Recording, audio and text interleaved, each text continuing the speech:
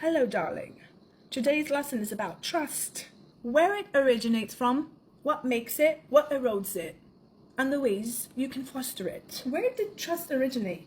Let's look back at our evolutionary roots. Early humans lived in groups for safety and better resources. In these groups, people needed to rely on each other, which began the development of trust. And those who were trustworthy, they had better chances of survival and cooperation. Next, let's go to our childhood. Think of trust like a plant that starts growing when we're babies.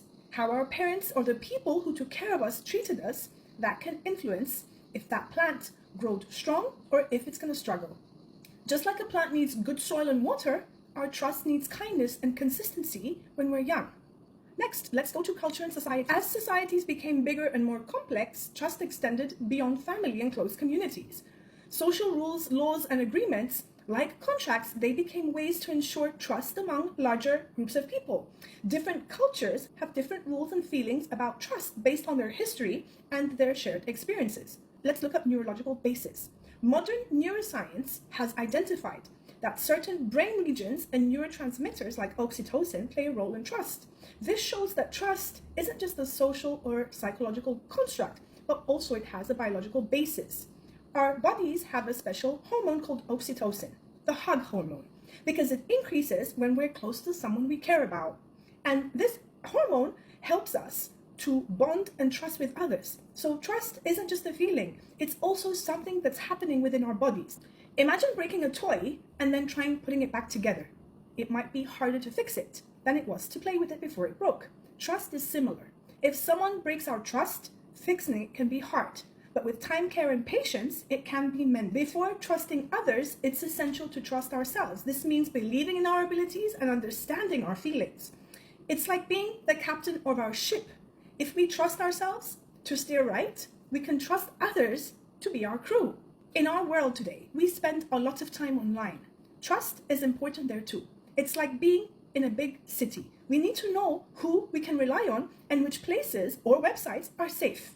Whether it's chatting with friends from far away or reading the news, it's essential to know what and who to trust online. Trust grows with consistent actions over time. It's essential for strong, lasting relationship. Without it, bonds can weaken. Building trust takes effort, but it's really worth it. Trust is built on a foundation that has several key components. It requires believing in someone's positive intention, that is their benevolence, and their honesty, that is their integrity. It's about being confident in their skills, so that's their competence, and expecting consistent behavior from them. So how predictable are they? Open communication, that is their transparency, and dependability, how reliable they are, further solidifies this trust. Mutual values, so having a shared understanding, a give and take dynamic, that is the reciprocity, and time spent together also play crucial roles in establishing and deepening trust. In building and maintaining trust, it requires communicating openly. That is being honest even when it's hard. It requires to be consistent in one's actions and words. It's about being transparent with your feelings and your thoughts and having respect for one's boundaries and opinions. It entails forgiving mistakes and being dependable. Lastly, one needs to understand and empathize with each other's perspectives. Vulnerability plays a vital role in trust. Allowing oneself to be vulnerable can lead to a deeper sense of trust. It's about showing genuine emotions, admitting when we're wrong, and sharing our fears and hopes. When we're vulnerable, it signifies to the other person that we trust them enough to show our true selves. Having an excessive need for control, that can impede the development of trust. Recognizing when we're trying to control situations or people can be an essential step in fostering mutual trust. It's really important to recognize signals of trustworthiness in other people, and these can include consistent behavior, a history of reliability, clear communication, and the capacity to own up to mistakes. And recognizing these signs can help us decide whom we should trust. It is essential to have trust, but it's equally important not to be overly naive.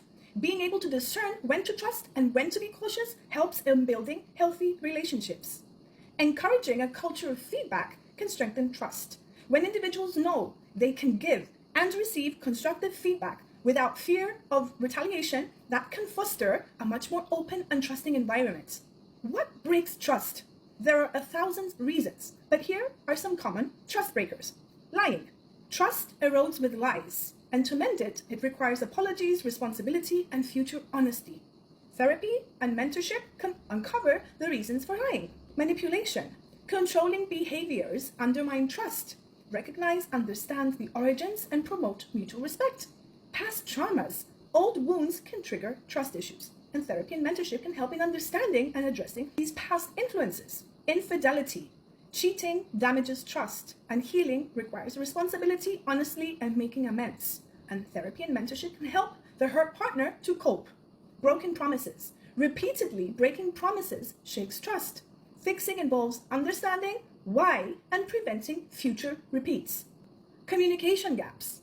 Poor communication weakens trust, and improving trust means enhancing listening skills and having an open dialogue. Financial secrecy. Hidden debts or accounts strain trust. Repair needs full financial openness and joint planning. Emotional distance. Withdrawing emotionally can hurt trust. Reconnect with open conversations, therapy, mentorship, or quality time. Privacy breaches. Sharing secrets without consent breaks trust. Apologize, understand the hurt caused, and respect privacy going forwards. Mending trust requires time, effort, and open communication from both sides. Accepting responsibility and strengthening the trust foundation are crucial. I'm going to give you some exercises that's going to help you with trust. Number 1, each week, arrange with your partner to sit down and discuss feelings, concerns, and highlight everything with an open dialogue that's going to help you maintain transparency. At those days, you can constructively give feedback to each other, and that will be a way for you to understand areas of improvement and to appreciate the strengths. I would also advise having a trust journal, so both of you can maintain a journal where you can write down occasions when you felt trust that was strengthening or if it was weakened, and then discuss it. You can take the time to discuss some deep-seated fears you have or insecurities, and that can foster intimacy, understanding, and vulnerability. In addition, what really helps is staring at each other. So take time, face one another, maintain eye contact for a minimum of 2 minutes. By doing that, you can create a lot of intimacy and trust. In addition, why not try to share a secret? Something that your partner doesn't know about you. That can create a bond through your vulnerability. How about truth and lie? You can share some truths and one lie about yourself, and the other person can guess the lie. And it's actually a fun exercise to increase understanding and connection. How about trying a compliment exchange?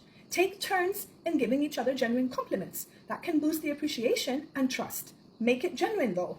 How about trying the role reversal? You can discuss a recurring argument or issue, but each partner adopts the other's viewpoint. This can cultivate empathy and a better understanding of each other's feelings. You can also try gratitude. Share one thing you're grateful about each other every day, and that can foster appreciation and trustworthiness.